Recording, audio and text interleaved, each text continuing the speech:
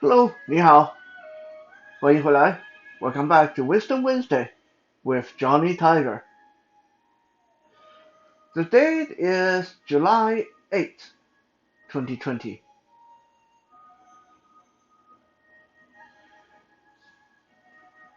When I was young, when I was a little kid, I listened to a lot of stories.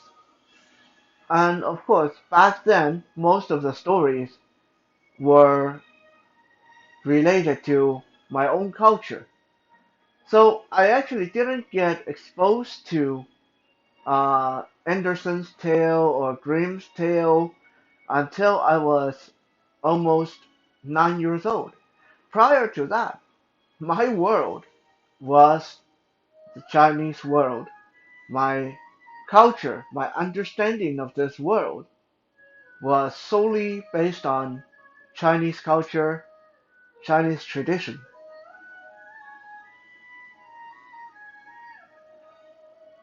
In Chinese culture, quite often you'll hear people talk about the four sacred guardian beasts. And there have been quite a few controversy and versions of what these four are, especially after it got uh, introduced to people from other culture.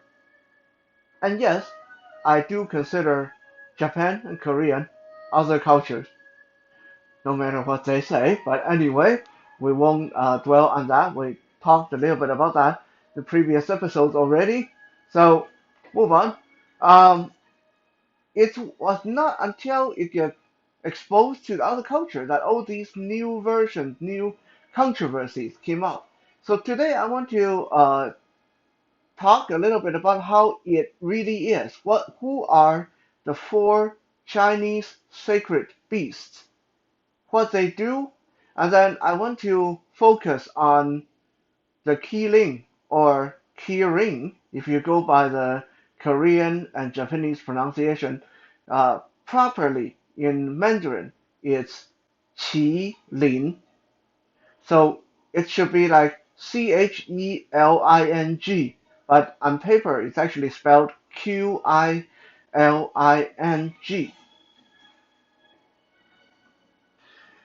So who are the four sacred beasts? Well, most versions have three of them right. There's a dragon, and there's a phoenix, and depending on who you speak to, the third one is either the turtle or the tortoise. In Mandarin, turtle, tortoise is the same word. It's gui, gui, Gwai. Not sure why my voice just cracked, but I had a long day and I'm pretty tired. So yeah, no, I'm not going through puberty or anything. At least I hope not. Gui, land turtle, regular tortoises are called wu gui, Gwai, and then sea turtles are called hai gui, Haigwai. So gui is often depicted as the third sacred beast. It's the number four. That is the controversy. Some people say the number four is a lion, and some people say it's a tiger, and some people say it's a unicorn. Well, I'm here to tell you it was not the unicorn. There's no such thing as a unicorn in the Chinese culture, Chinese mythology.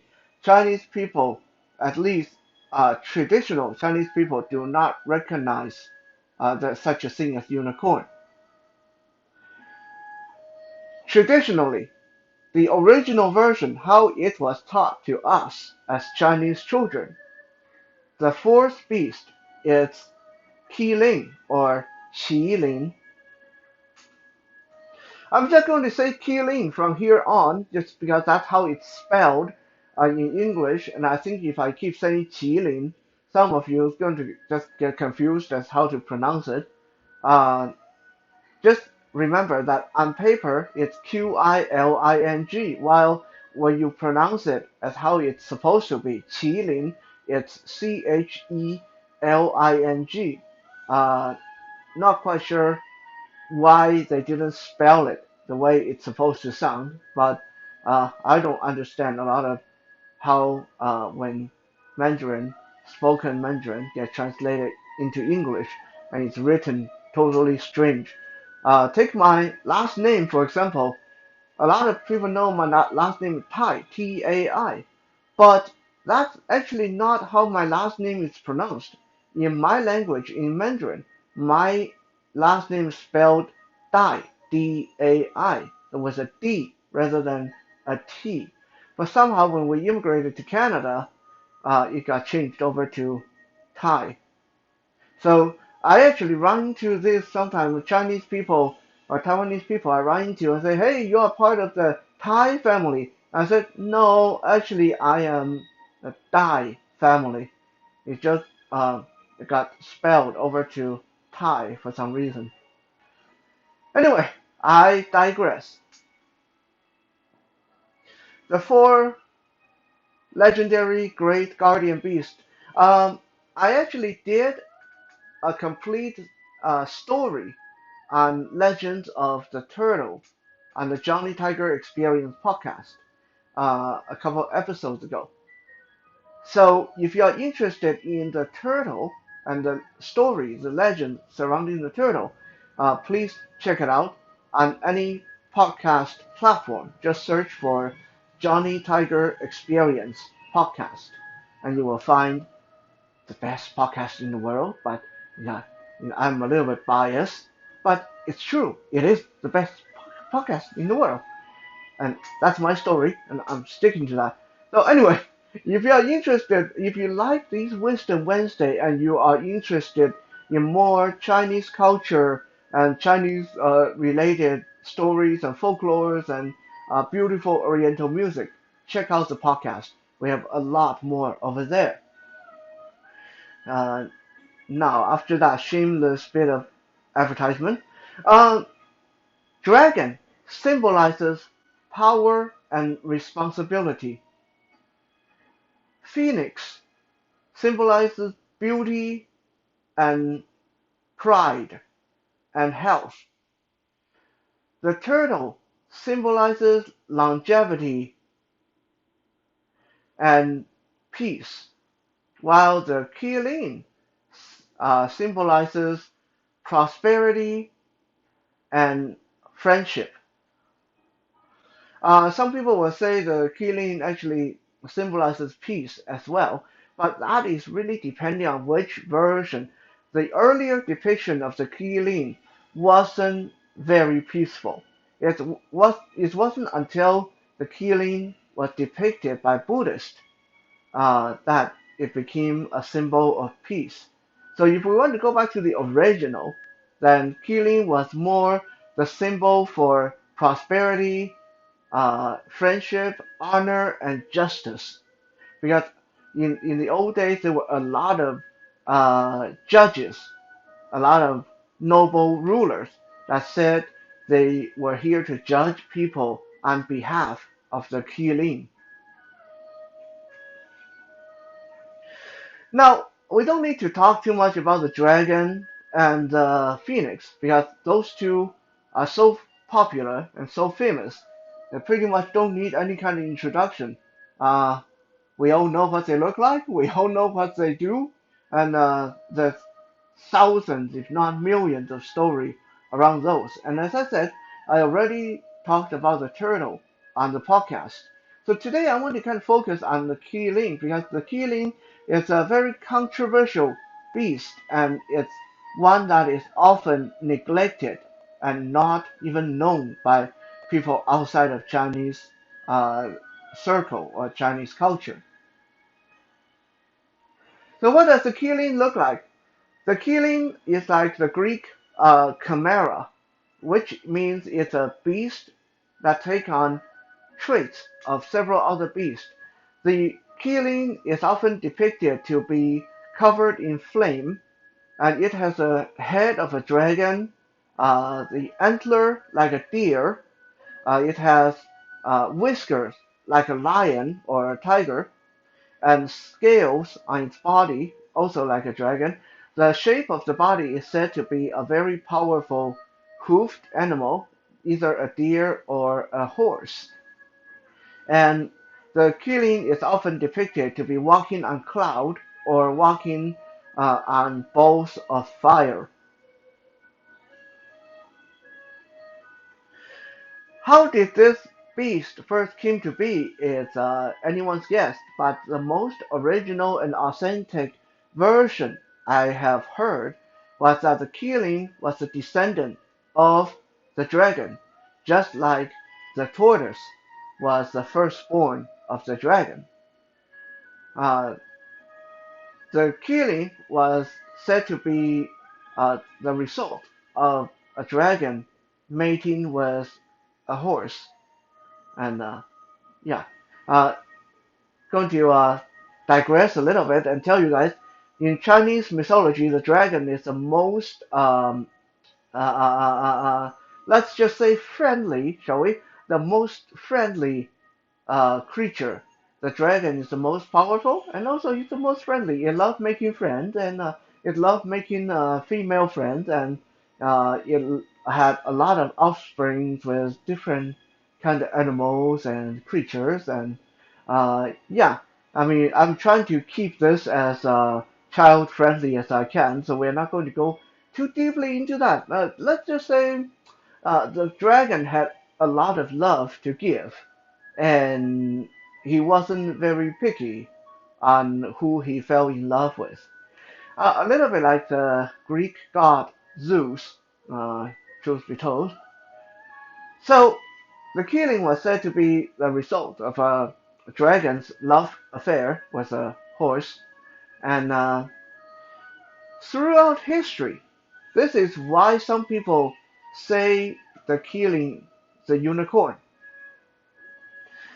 Throughout history, a lot of Chinese merchants or merchants from other places tried to sell horses. Horses were very big for trading in Chinese history. A lot of money could be made by trading horses. A lot of merchants would try to disguise the horse they're trying to sell by making the top part of their mane stick together and up like they got horns, like they got a horn in the middle of their head, and then they would try to paint the horse or make it look like it got scale patterns on its body.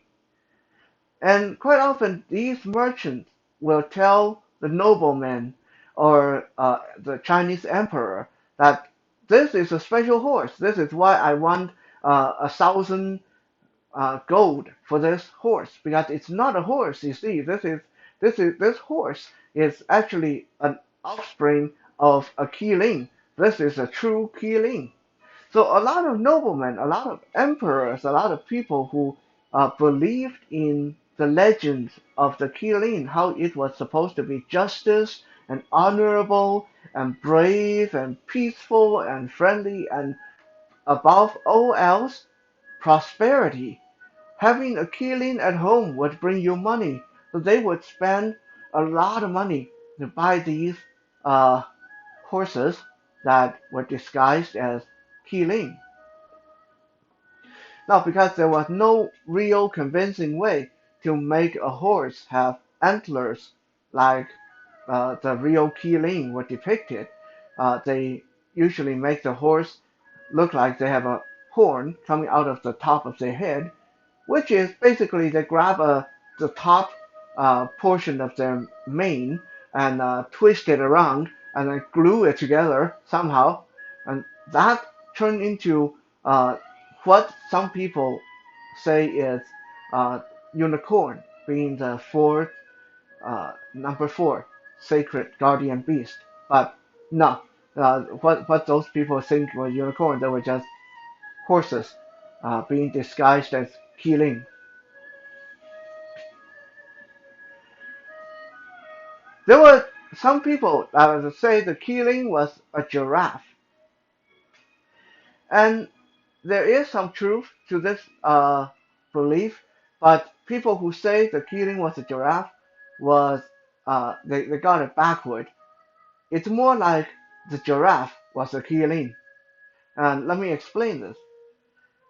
The Keeling was already depicted in Chinese literature uh, in 5th century BC. So over 2000 years ago, Chinese people already had depiction of Keeling. But the first giraffes were not introduced to the Chinese people until about 800 years ago.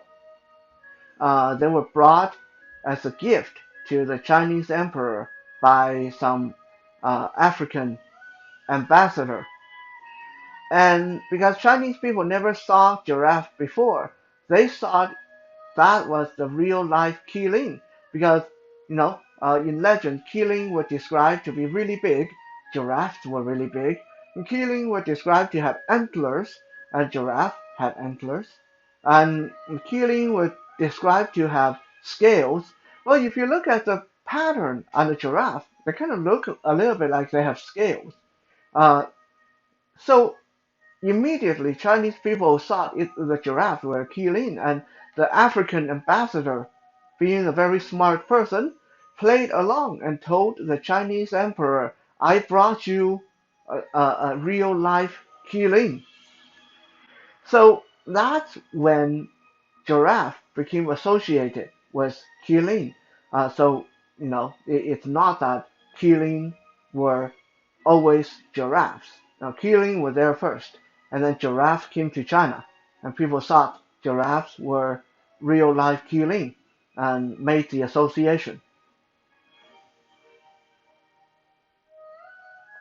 Regardless, which is true, which is not, when we're talking about a mythological beast, obviously you can't say who's more right and who's more wrong.